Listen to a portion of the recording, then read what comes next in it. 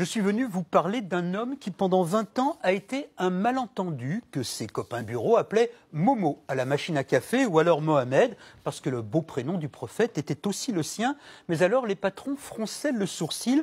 Mohamed, dans la boîte, ça ne pouvait pas exister. Il fallait dire Antoine. Il fallait l'appeler Antoine et non pas Mohamed. Alors, il était Antoine sur les mails internes de l'entreprise, il était Antoine sur ses cartes de visite, il était Antoine pour les clients, il était Antoine sur le tableau d'honneur des employés méritants.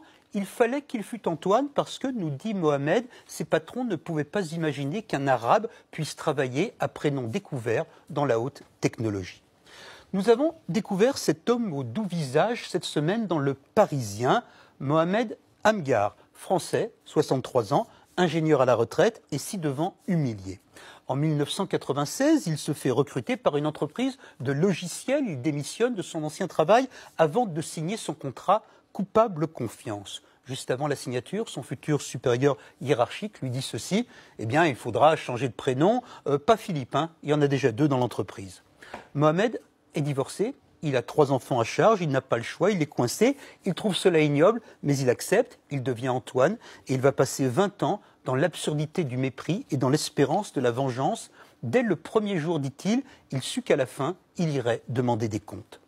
Savez-vous ce que c'est? 20 années de patience et de ruse et de rage rentrée, 20 années de soumission apparente et parfois de cruelle cocasserie. Un jour, dans un aéroport, on s'étonna qu'un monsieur Mohamed, sur son passeport, prétende voler avec un billet au nom d'Antoine. Les bureaucrates de son entreprise s'étaient soumis à la confusion. 20 ans, ainsi, à se trahir soi-même. Ce n'était pas lui, le bon ingénieur, qu'on récusait, mais simplement son prénom venu de ses parents.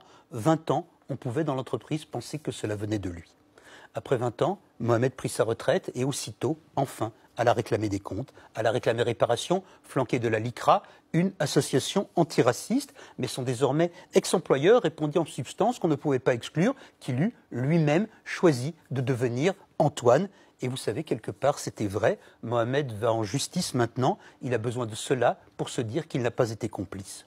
On croise parfois, trop souvent, dans nos métiers, des histoires de discrimination, d'emploi ou de logement qu'on refuse aux Arabes ou aux musulmans.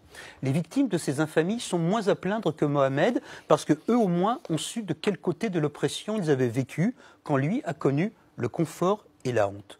Au temps de l'Inquisition en Espagne, on appelait marran, cela signifie porc, les juifs convertis au catholicisme, mais qui restaient eux-mêmes en secret, mais au péril de leur vie.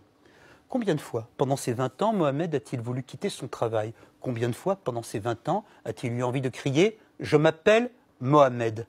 J'aurais voulu être son ami, je serais allé le chercher au boulot, je lui aurais dit « Allez, viens, on s'en va, Momo, il ne te mérite pas ». Merci Claude Askolovitch.